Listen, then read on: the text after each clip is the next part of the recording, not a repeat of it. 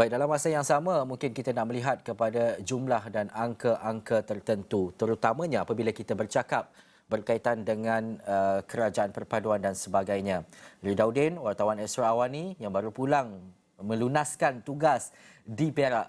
Ini kita nak tahu antara jumlah-jumlah tertentu yang mungkin memberi kita kefahaman berkaitan dengan siapa yang berada dalam blok kerajaan untuk bersama-sama dalam kerajaan perpaduan ini. Daudin. Baik, terima kasih Ihsan. Sebenarnya Ihsan, sejak dari dulu daripada sebelum penamaran calon sehinggalah ke pilihan raya dan sebagainya, kita bermain dengan angka sebenarnya.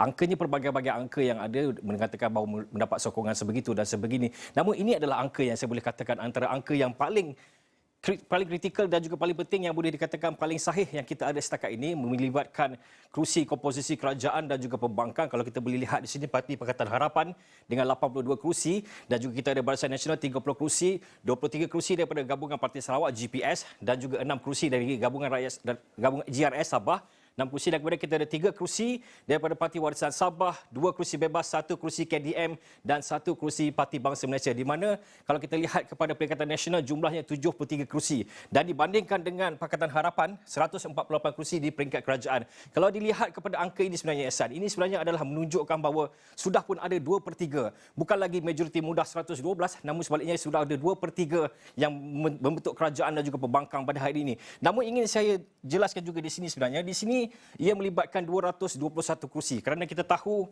di Padang Serai sebenarnya ada juga pilihan raya kecil yang akan berlangsung pada 7 Disember nanti, dan sekiranya kalau kita mengambil ini adalah kira-kira yang kita boleh lihat, sekiranya kerusi itu memihak kepada Pakatan Harapan, ia akan menjadikan jumlah kerusi di sini di blok kerajaan adalah 149 kerusi, sekaligus mengukuhkan lagi kekuatan kerajaan berbanding pembangkang. Namun kita perlu lihat juga sekiranya Perikatan Nasional mendapat kerusi itu, ia akan mendapat 74 kerusi. Dan kalau dibandingkan dengan kerusi yang ada di peringkat kerajaan sebenarnya 148, dibandingkan dengan 74, ia sebenarnya adalah sekali ganda yang menunjukkan bahawa kerajaan sudah pun mendapat 2/3 sokongan daripada parti-parti yang membentuk kerajaan, dan pastinya pembangkang kalau kita dapat lihat menang 74, ia masih lagi jumlahnya agak jauh untuk dibandingkan dengan 148 kerusi daripada Pakatan Harapan.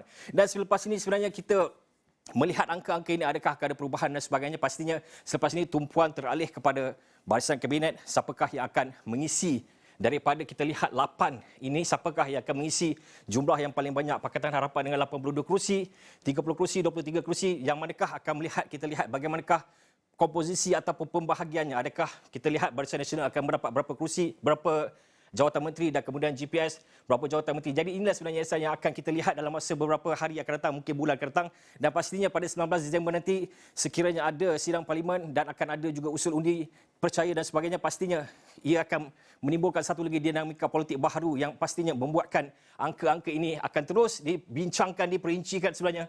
Ia tidak akan berhenti di sini, akan terus dibincangkan. Namun kita mengharapkan supaya angka-angka ini sebenarnya mampu memacu negara ke arah yang lebih maju, Ihsan.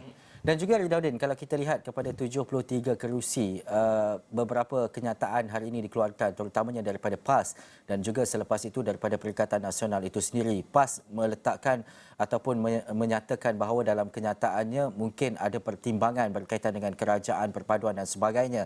Tetapi di akhir keputusan ataupun kenyataan yang dikeluarkan Perikatan Nasional, mereka kekal untuk berada di kerusi pembangkang pada periode ke-15. Kalau kita dapat lihat daripada 73 kerusi itu, jumlahnya bagaimana, Ridauddin?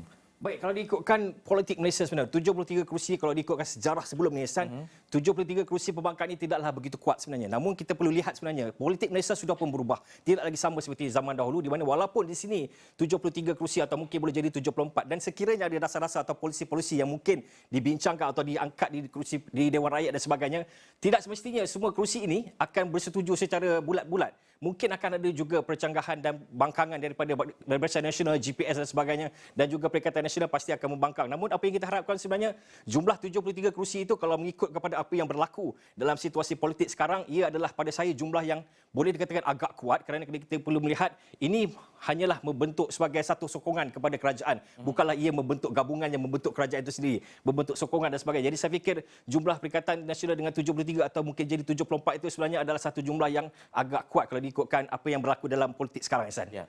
Daripada jumlah yang dinyatakan 73, mungkin kalau kita lihat pecahannya 49 adalah kerusi PAS. Apapun perkembangannya 19 hari bulan nanti kita akan dapat saksikan dan kita sentiasa memantau dan juga pantau perkembangan dan juga kerajaan baharu untuk pasca PRU yang ke-15. Terima kasih Ridauddin Daud.